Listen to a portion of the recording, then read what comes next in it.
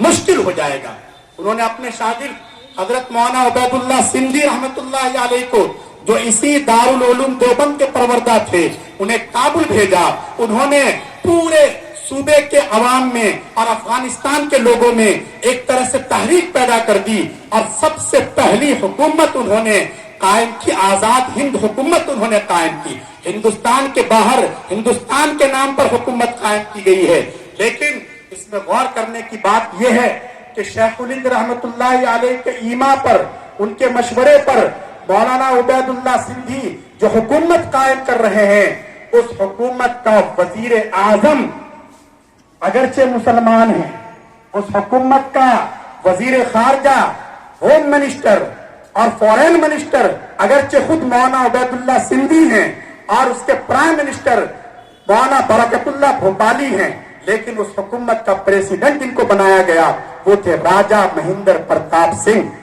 शेखुल हिंद रहमतुल्लाह अलैह जो इस दारुल उलूम देवबंद की फिक्र के बानियों में है और इस फिक्र को आगे बढ़ाने वालों में है, इस दारुल उलूम देवबंद के पहले तालिब इल्म हैं, उनके शागिर्द जब काबुल में जाकर हिंदुस्तान की आजादी के लिए आजाद हिंद हुकूमत कायम करते हैं तो उसका प्रेसिडेंट और सदर वो किसी और को नहीं, हालांकि वहां आसपास सब मुसलमान हैं, फिर भी वो राजा महेंद्र प्रताप सिंह को उन्होंने बनाया।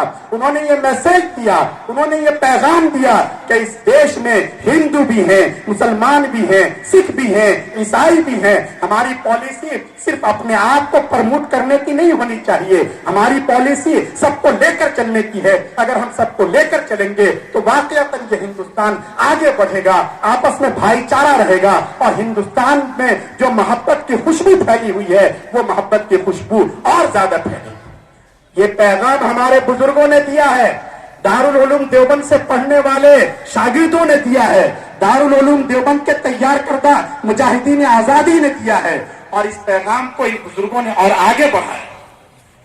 शेखुल हिंद रहमतुल्लाह अलैह की प्लानिंग अगर कामयाब हो गई होती तो शायद इस वक्त हिंदुस्तान का नक्शा कुछ और होता, लेकिन अल्लाह को मंजूर नहीं था और वो गिरफ्तार कर लिए जाते हैं।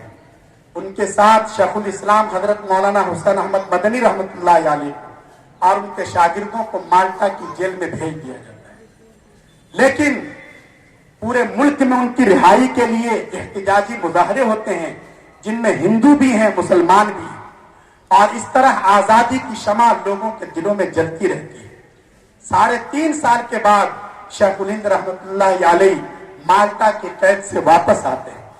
उस वक्त वैसे ही नहीफ और कमजोर जिस्म के थे, अपनी जिंदगी के आखिरी पड़ाव में है, लेकिन उस वक्त भी शेखुल हिंद रहमतुल्लाह अलैह का यह पैगाम था कि आजादी की लड़ाई तन्हा मुसलमानों के लिए लड़ना ये बसीरत और हिकमत के बिल्कुल खिलाफ है। हमें सबको साथ लेकर चलना है। जमीयत उलमा हिंद कायम होती है, उनके शागिर्द, उनके परवरदा, उनकी फिक्र से हम आहंगी रखने वाले लोग इस जमात के अव्वलीन कायदीन में होते हैं और ये जमात आजादी के लिए अपनी जद्दोजहद शुरू करती है उन्हीं खुतूत पर जो खुतूत शेखुल हिंद रहमतुल्लाह अलैह ने तय किए थे, दारुल उलूम देवबंद के बुजुर्गों ने तय किए थे और जमीयत उलमा हिंद ने उस वक्त सरफरोशी के जो जज्बात पेश किए हैं, आज के माहौल में आपके लिए उसका अंदाजा लगाना भी मुश्किल। ये वो वक्त था जब हुकूमत के खिलाफ एक लफ्ज बोलना या एक लफ्ज लिखना बहुत बड़ा जुर्म समझा जाता था।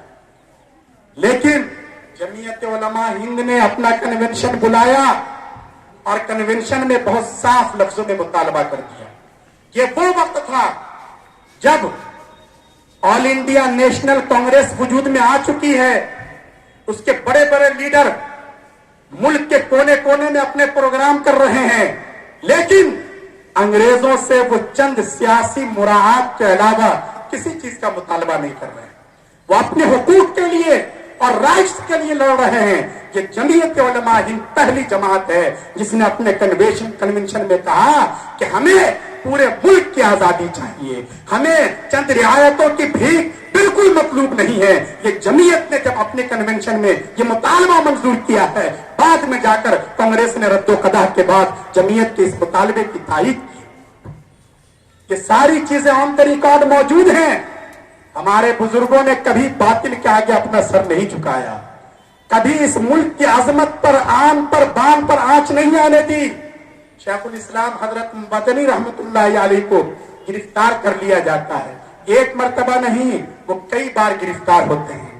ایک گرفتاری اس سلسلے میں ہوتی ہے کہ انہوں نے انگریزوں کے خلاف فتویٰ جاری کر دیا تھا, اس پہ دستخط کر دیے تھے.